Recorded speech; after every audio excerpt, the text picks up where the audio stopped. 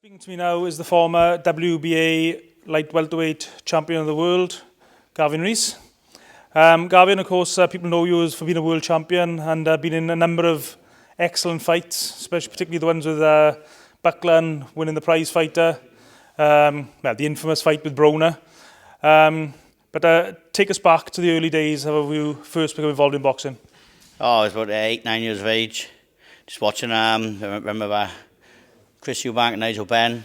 And I asked my band to take me to the gym, and then we went down to Calzaghe's gym down the bottom with the Price brothers, Joe Calzaghe, many other great fighters, and just never turned back from there.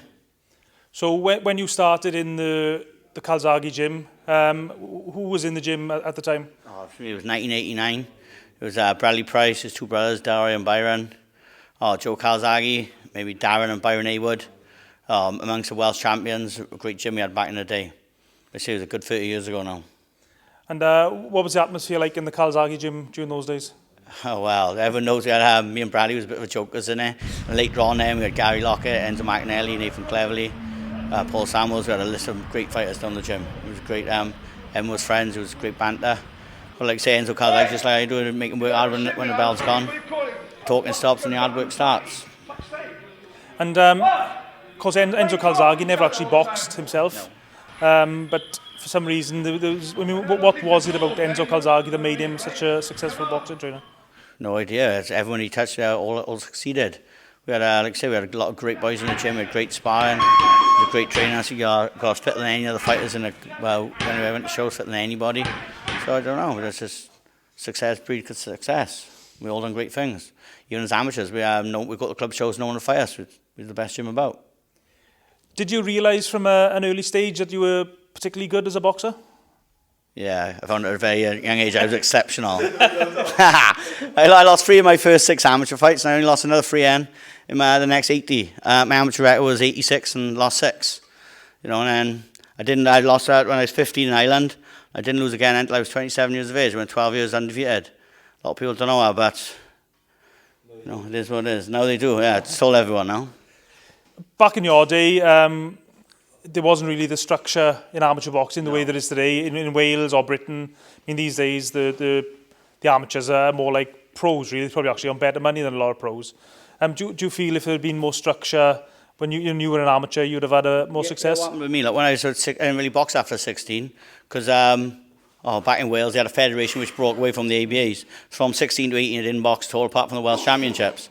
And when you won the Welsh Champions, there was no British to go through. So I turned pro straight away on my 18th birthday because there was no one to box me. I probably only had 5-6 fights after I was 16.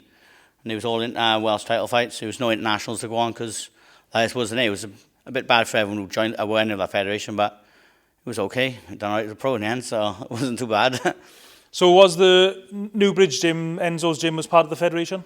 Yeah, we went with the split away federation. Only a handful of clubs went. I don't know. I can't remember all the details why they done it and what it was about. But yeah, it messed it up, to be honest, for us lot. Like I said, there was no GB to go to. There was no British Championships. It was just a handful of clubs, and they just ruined it for us. So you turned pro. Was that just the natural progression for you at that stage? Well, like I say, when I was 16, I didn't really box till I was 18, so there was nothing else for me to do. So straight pro at 18. And I think I went 27-0, and I won a world title. I did have a title fight when I was 11-0. I won an intercontinental title, but to be honest, in my younger career, I just messed about a lot, drinking too much, doing too much partying with my mates. But then probably really didn't take my career serious till I was about 29 when I went down with Gary Lockett, which is a shame. But look back with no regrets, I am where I am now, in a good place in life, so everything's good. You were, as you mentioned there, you touched it, you were a bit of a party animal, shall we call you, back in the day with Bradley Price, pair of jokers. Yeah, we were. What advice would Gavin Rees of 2019 give to the Gavin Rees of back then? You give him a good kick up a fucking ass. That's why I'm hard on all my fighters. They don't end up doing all the mistakes I made. It's mad to think I went 27-0 doing all them stupid things, drinking and out messing about, but got away with it somehow. So it's extremely talented. It's a shame I didn't knuckle down like all the boys in my gym knuckle down. Who knows what I could have done. But like I say, don't look back with regrets. I won more or less everything there is to win. I'm in a good place in life now. I've got 4 great kids. I've got some great boys in the gym, so everything's good in my life. So things turn out good. And you won the world title against Frenchman Suleiman Manbai. Yeah, is that how you pronounce his name? I remember that fight. I was actually there on the night, and I think you just basically started throwing punches in round 1 and just didn't stop throwing punches. I actually trained hard for that fight. Yeah, well, that's it. I had my golden chance. I think you might have took me a bit lightly when in there. I think you thought I was going to tire it after 4 or 5 rounds, but I just kept on going. Like a little Duracell bunny, wasn't I? I started off fast and finished fast. I knew by 8 rounds, as I won every round, so I knew the fight was over. So in the last, I think, 3 or 4 rounds, I started moving around a little bit more, just surviving. I didn't need to survive, but I knew I'd won the fight. Enzo said Nick only won this fight. So I just got the bell, didn't I? And I just knew as soon as the bell was gone, I'd won the fight. So it was a great time. What can you remember? What were the things that Enzo was saying? I mean, he's famous for some of his little mini speeches. People always say that. I mean, even though I watched on telly, the fights seem to blank out my brain. I just don't seem to recall much of them. And except when I get caught with a massive right hand. I seem to remember them. I remember Broner hitting me a few times. Remember them hard shots. But no, it's not really now and again. You go back, you do the wrong thing, he'd slap you across the chops.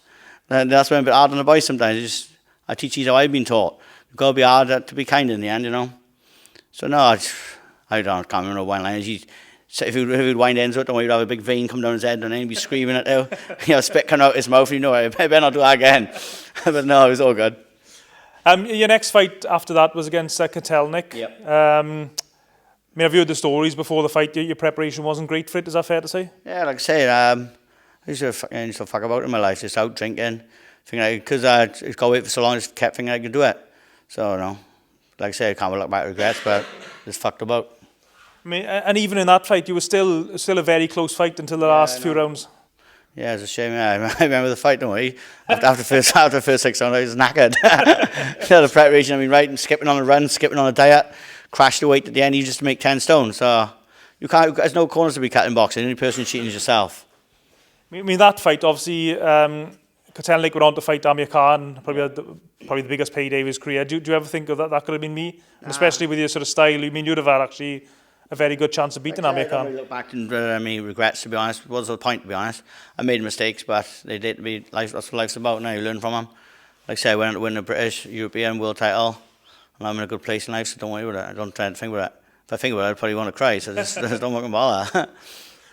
Your career, your pro career at least, is almost like in 2 phases. You had the Enzo Calzaghe phase, the and then phase, the Gary Lockett phase. Well, guys was a bit like me, he wouldn't take no fucking about, and then, it's so on the camera now.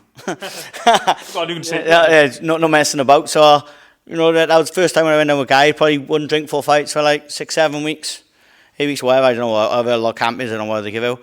Wouldn't drink 4 that time, then it was crazy all the time. I started training hard, then I won great stuff. I won the British title, the European title. And like I say, we challenged for Adrian Broner for the world title. And a couple of great fights for Andy Crawler, Guy Buckland towards the end. That was towards the end. It was very hard fights for me, obviously. I had bad hand, bad elbows, so wear and tear of the body. But the last Guy Buckland fight, people don't know. I didn't even do no sparring at all for that fight, which is probably one of the best I boxed the last couple, because when I was sparring all the time, I was hurting my hands. So I said, well, I'll do one last fight and not spar at all just to get a fight. I went out, boxed lovely, and then got a victory. So I walked off into the sunset. I never looked back, to be honest. People thought I'd make it come back and still carry on boxing, but I'd made my decision that I wanted to leave on a win. Most boxers, as they get older, they go up in weight, but you sort of bucked the trend, and you actually went down from light welter down to lightweight when you moved to the Lockett camp. Well, like I said, I actually probably concentrated, stopped drinking booze and stopped eating all the shit and fast foods, and concentrated for 5 minutes on actually got a dietitian on board and just worked hard.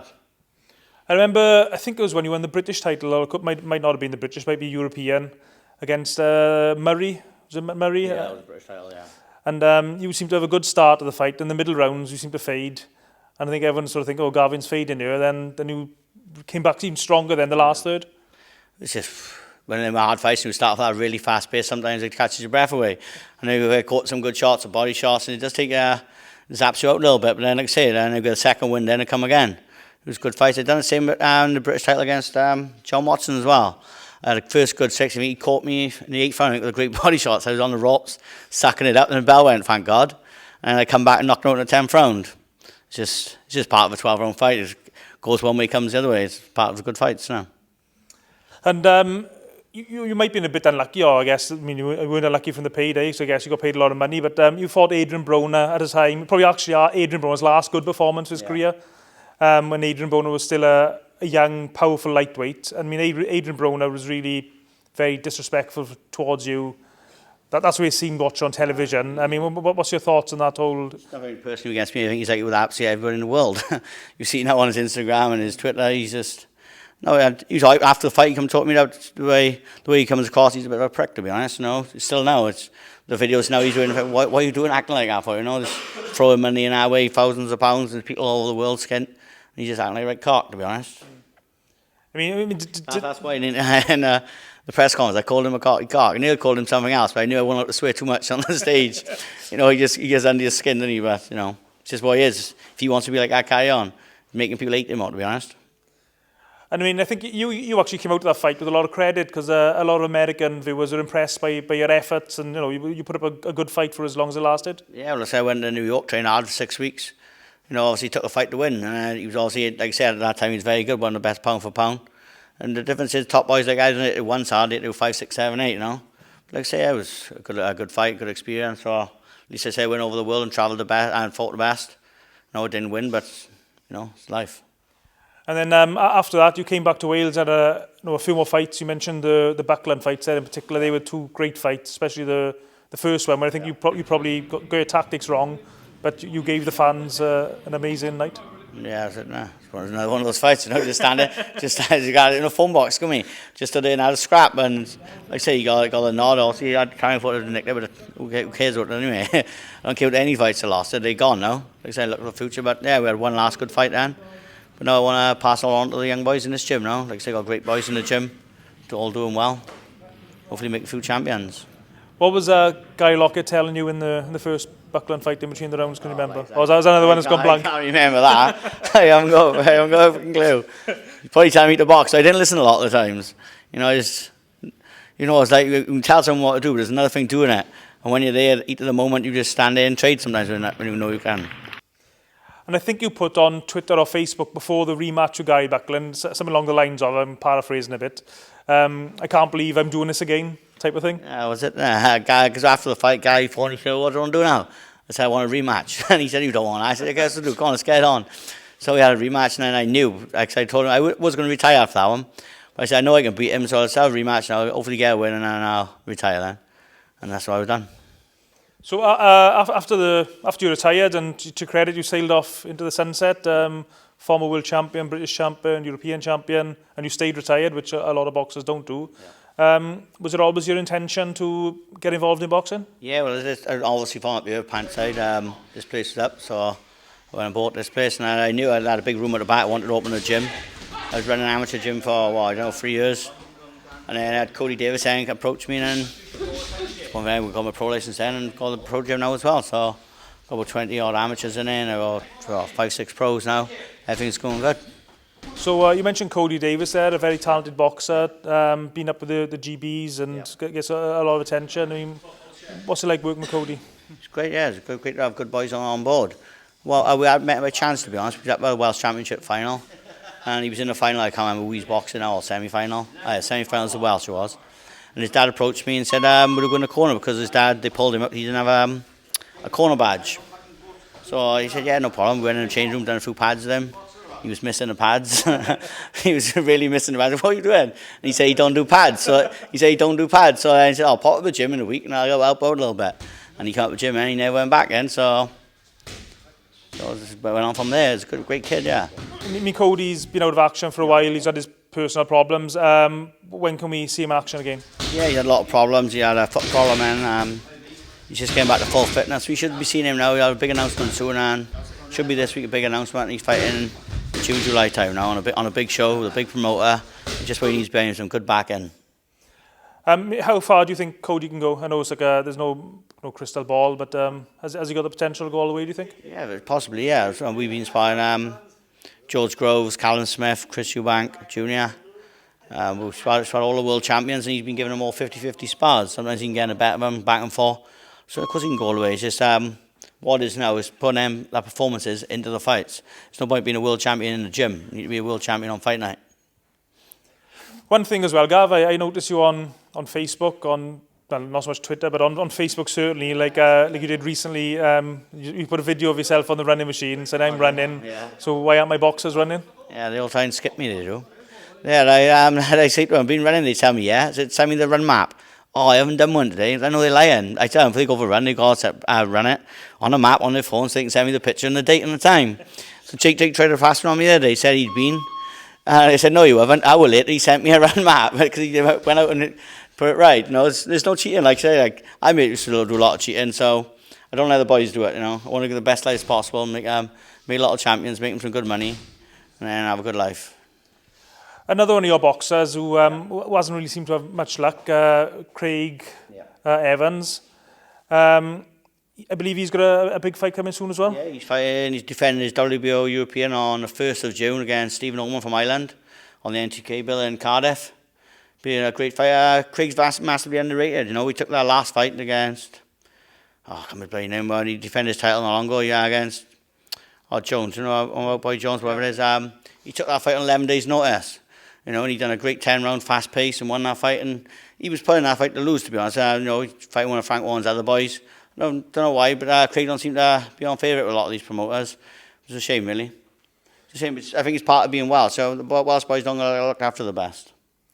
Yeah, and I've seen sometimes on your social media again that you almost feel frustrated on behalf of some of your boxers sometimes. What is? They all come to me morning, and I have a rant about it. And everyone says it's me, but they're ranting at me all the time. So they're my fault. No, I don't manage them. They all their managers. Their job to do that job. And I just train them. But then when they mourning all the time, I feel sorry for them. Because I was in that position once, stuck on I didn't box for 2 years. When I signed with Frank Warren, I couldn't get a fight because he was going for court. So proceedings with Calzaghe, so I didn't have boxing. And it's very frustrating when you can't box, especially with Craig. He's got 2 kids, he's got a mortgage to pay, and he just wants to box, and it's just frustrating when he can't. You've been training every day, flat out in the gym since when he came to me, it was October last year, he's only had 1 fight, so it's very frustrating for him. He was training every day, all day in the days, and then in the end he's had to go back to work on the scrap to get some money, Like I say, you got 2 kids and a mortgage. You can't afford to just be messing about me in the gym all day if we haven't got no fights coming up. One thing about Craig, he's quite a quiet guy. As soon as you put a camera on him, he's very quiet, and he's not really outgoing until you get to know him. Yeah. But a massive thing today for fighters, which wasn't probably around your time, was social media. Yeah. When you need to be quite active on social media to almost sell yourself. Yeah, of course, yeah. That's a lot of a problem with it is. You need to be a big ticket seller, and then the promoters want you in, Like Jake for his first fight, I think he sold 260 tickets, something like that. That was a great. Obviously, when you signed pro, you didn't know how good he was going to do. So amateurs, 5, 6, 7 to come and watch you, your family members, and that's about it. But since he's gone pro now, he's got a handful of sponsors, as I've seen. He got more sponsors than than fucking New South Wales. But he's got sponsors, and like I say, he sold 260 tickets or 280, something like that. So you can't fault that, hey. And then the promoters love that, And like I say, he's a good kid. Hopefully, he's very unlucky in the amateurs. We got the 2 Welsh finals or 3 Welsh finals when he was with me. We thought he should have won them, but it's Welsh politics in the amateurs for you. But he'd be a lot better pro now. Longer rounds, be more suited to him. So like I say, another 2, 3 fights, and then we'll challenge the Welsh title pro. And another one of your rants, which I quite enjoy now and again when they come up, is the unlicensed boxing, white-collar boxing, semi-pro boxing. Hashtag semi-pro. What's your thoughts on that? What's your views? I don't know if they want to call itself white-collar, okay, but semi-pro is a lot of bullshit now. They saw semi-pro footballers. Semi-pro footballer has probably played football all their lives at a good level and got a good background in it. Semi-pro boxers who walk in off the street, take drugs all weekend, drink and sniff coke all they want, and just walk into the ring, have 1 fight and say, I'm a semi-pro. It's a lot of shit. And there's top and bottom of it. And they all like to argue the semi-pro. They're not boxers, to be honest. And do you feel that degrades, lowers the achievements of genuine guys like Jake, just for example? As a proper pro and a proper amateur, to be honest, to be world champion is a massive thing. It's a big honour to be get a Welsh first one year. Like Jake, if he ever becomes Welsh champion, they got a nice belt. Like Gavin Gwynn, they worked their arse off for 20 years, 15 years to get a Welsh champion. It's a very big achievement. And you get all these boys, like I say, after 1, 2 fights, coming off the street, doing what they want all weekend, and they got Welsh titles on their shoulders. And then the general public around here, they don't know the difference between a proper Welsh champion and a normal Welsh champion. That's my problem with that. If they want to do it for fun and not have no belts, now they can carry on. But when they walk around here saying, because then I've had people come and say, do you think you could have beat him, Gavin? And can you fucking beat him? They're jackasses, But no, each to their own. But is that... It seems everyone wants to be a boxer these days. Well, not a boxer. I'd be 10 boxers who don't train, just get in the ring and have a fight and we can't call themselves Welsh champion. Each to their own. But is that just the result of social media and sort of Facebook famous? Yeah, something like that, whatever you want to call it. I think you should have a column in the South Wales Echo, a rant with Gavin. Rant a week, rant a day, who want? I think half the time I'm just bored in the house, bored in your head in the gym. So if I can have a rant on Facebook, something to do, just to stir some shit up. But it was all fun. So Gavin, it's good to catch up with you. Been for the first time I've interviewed you since you've retired. I think last time I interviewed you was probably, I'm guessing, before one of the Buckland fights, or maybe after one of the Buckland fights, I can't remember. But it's good to see you doing well, and hopefully have a few champions soon, and I'll be up to interview the boys. Thank you. Cheers, Gav. Thanks, mate.